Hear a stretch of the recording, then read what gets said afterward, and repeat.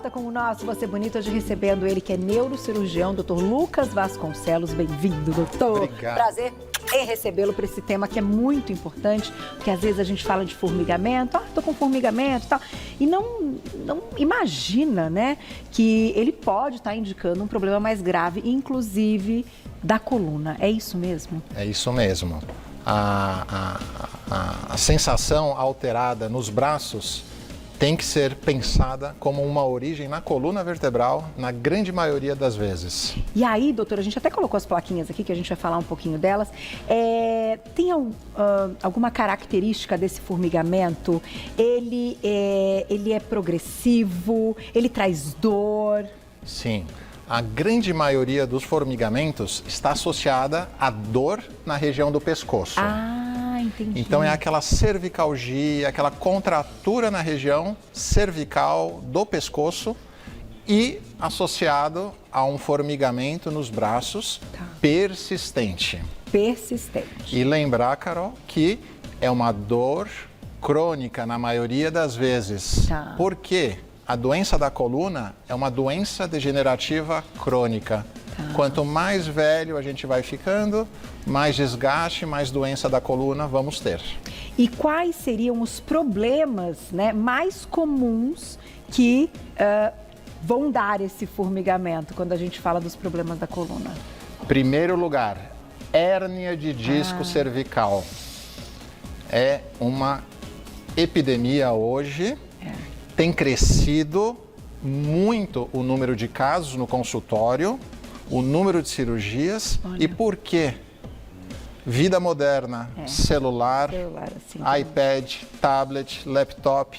A gente fica muito tempo durante o dia com o pescoço fletido, forçando a coluna cervical.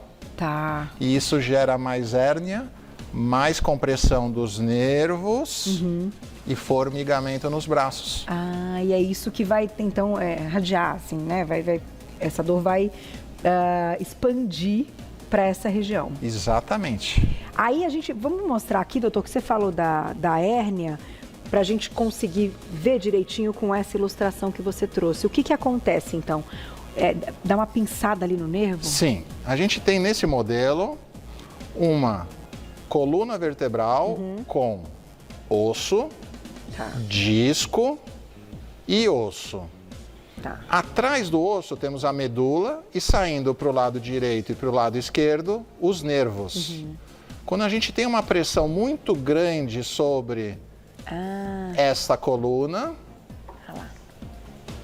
o conteúdo do disco sai para fora e pinça o nervo. Entendi. Se você tem esse nervo pinçado, vai sentir dor, vai sentir formigamento e pode ter, em casos graves, perda de força.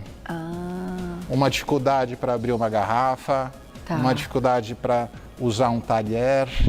Então, são sintomas importantíssimos de alerta e que nos indicam que alguma coisa errada, estranha está acontecendo. Mas a pessoa que tem esse formigamento, então, constante, né? Então, digamos, todos os dias, ela vai sentir esse formigamento. Ele já vem com uma dor na região.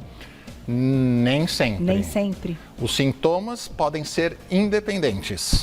Entendi. Pode ter uma pessoa que tenha apenas dor no pescoço, pode ter uma pessoa que sinta apenas o formigamento, pode ter uma pessoa que tenha só dor e pode ter uma pessoa que tenha fraqueza. Entendi, que são esses daqui que a gente colocou, né? Então, formigamento persistente é essa primeira mãozinha, então pode ser uma primeira demonstração de que algo está acontecendo.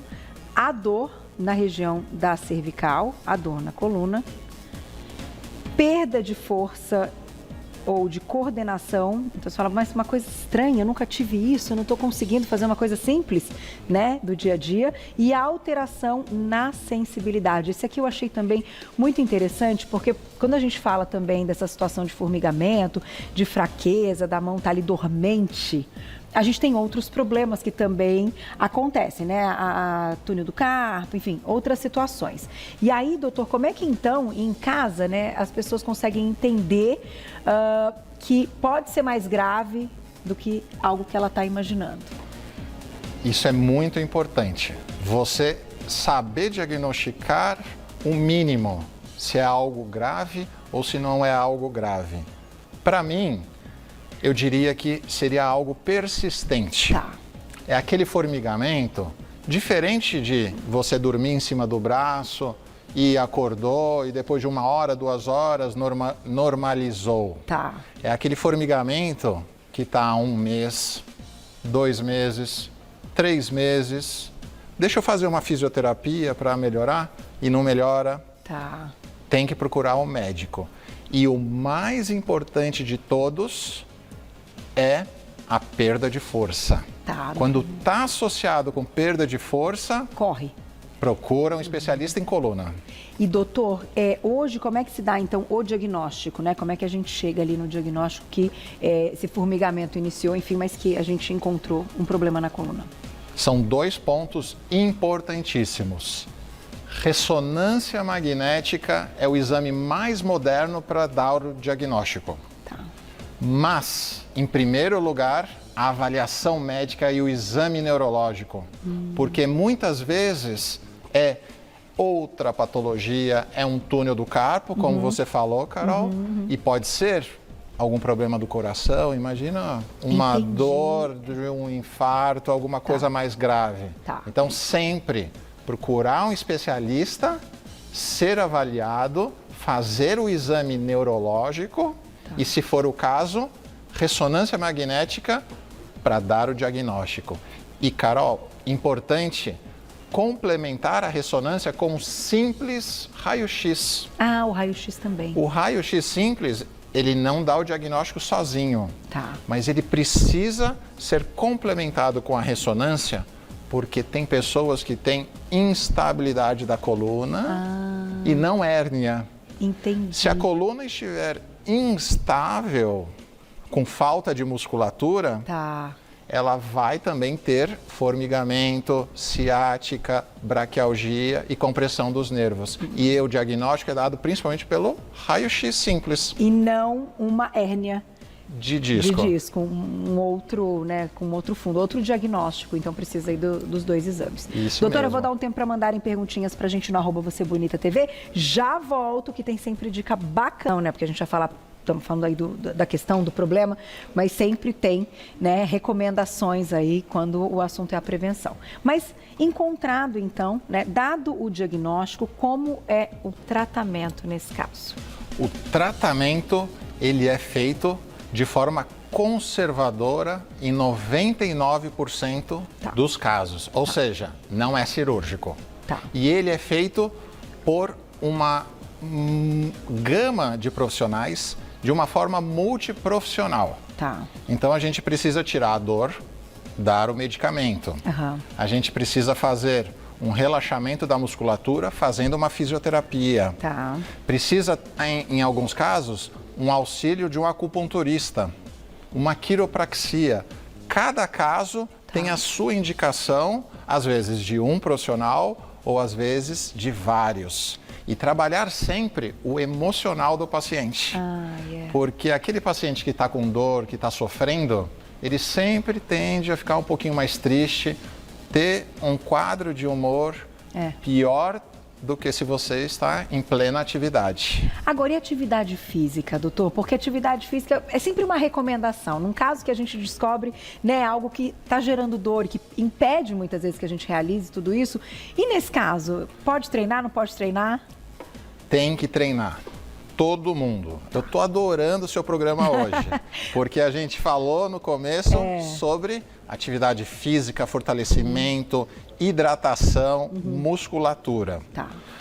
Todo mundo precisa de musculatura para proteger a coluna. O músculo, ele é a estrutura, ele é aquele cimento da coluna que vai proteger o movimento para não ter tanto impacto. Tá. Hidratação. Você falou antes sobre hidratação. Vocês sabiam que 90% do disco intervertebral é composto de água? Nossa, não tinha a menor E se a ideia. pessoa está desidratada, o disco tende a secar e desgastar um pouquinho mais. Nossa! E Informação em terceiro ponto, eu falo para todo mundo, não pode ser sedentário. Então, a atividade física ela é fundamental para todo mundo. Se tem dor, se não tem dor, se é jovem, se é idoso, tem que fazer uma atividade física. E para você não ser sedentário, Carol, são 30 minutos de atividade física, pelo menos 3 vezes na semana. Então, isso é o mínimo para todo mundo ter mais qualidade de vida e ficar melhor protegido. E cuidar dessas dores, porque, claro, fortalecendo a musculatura, a dor vai também diminuindo, fazendo o tratamento adequado. Eu vou colocar a perguntinha do público e já a gente fala da cirurgia, né? Acho que vão chegar perguntinhas. Kelly, obrigada, um beijo. Sinto formigamento constante do lado esquerdo, desde a cabeça, braço, chega até o pé esquerdo. Às vezes sinto agulhadas. Não sei qual especialidade médica buscar mais. Tá aqui. Neurocirurgião. Kelly, você precisa de um especialista em coluna. Ele pode ser neurocirurgião ou ortopedista. O importante é procurar um especialista em coluna. E você tem que procurar rápido, porque se você tem uma sensação tanto nos braços quanto nas pernas, provavelmente você tem mais de uma doença. Talvez uma doença na coluna cervical e talvez uma doença na coluna lombar. Fica ligado, Kelly, e procura um especialista em coluna para dar um diagnóstico. Tá certo, e que vai resolver, como a gente viu, né? Que tem tratamento. Tem mais perguntinha, Fu? Tem, olha lá. Flávio, obrigada, um beijo. Esses dias acordei com o dedo indicador paralisado e imediatamente fui buscar orientação. Descobri que era a síndrome do túnel do carpo, provavelmente por causa da minha posição ao dormir. Estava dormindo por cima do braço. Isso pode acontecer mesmo? O ideal é deixar o braço livre? Sim, a síndrome do túnel do carpo, ela é a compressão do nervo mediano na região do punho. E ela é muito associada com aquelas pessoas que dormem encolhidinhas. Nesses casos, às vezes é até importante usar uma munhequeira para manter a palma da mão esticada e não tão fletida.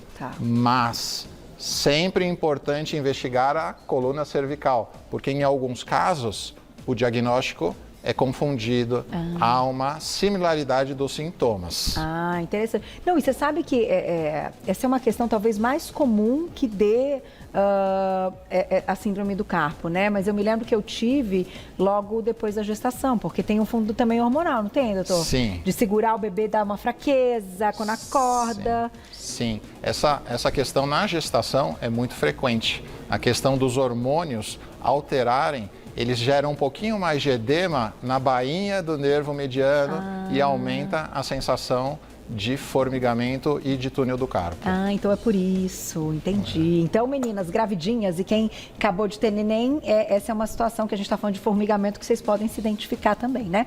Tem mais perguntinha, Fu? Na tela. Quanto tempo, Juju? Ah, Maria, elas me olharam assim, olha aqui, ó. Eliane, um beijo, obrigada. Comecei a andar de bike. No início eu sentia muito formigamento nas mãos. Depois de uns meses sumiu. Será que era porque era muito sedentário? Já tem 2 anos que ando de bike e não sinto mais nada. É isso aí. A atividade física previne dor, retira os sintomas e traz qualidade de vida para as pessoas. Então você vai começar de uma forma lenta, devagar, e aos poucos vai melhorando os sintomas e vai tendo mais qualidade de vida. Doutora, a gente deve ter assim 1 minuto e meio, mas eu não posso deixar de perguntar da questão da cirurgia. Hoje é uma cirurgia tranquila? Sim, existe ainda muito medo das pessoas de fazer uma cirurgia, porém a tecnologia evoluiu demais e não é mais necessário a utilização de parafusos e placas como antigamente. Ai, que bom. Hoje, o padrão ouro no tratamento da hérnia de disco cervical são as próteses de disco, que mantêm a mobilidade e o paciente pode voltar à atividade plena sem restrições.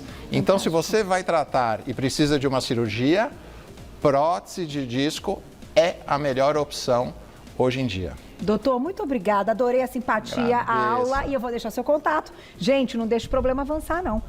@doutor abreviado Lucas Vasconcelos, o Vasconcelos com 2 L's. @doutor Lucas Vasconcelos. lucasvasconcelos.com.br. Obrigada, doutor. Até a próxima. Eu que agradeço. E eu vejo vocês ao vivo amanhã, 1 da tarde. Beijo, beijo, beijo. Até amanhã.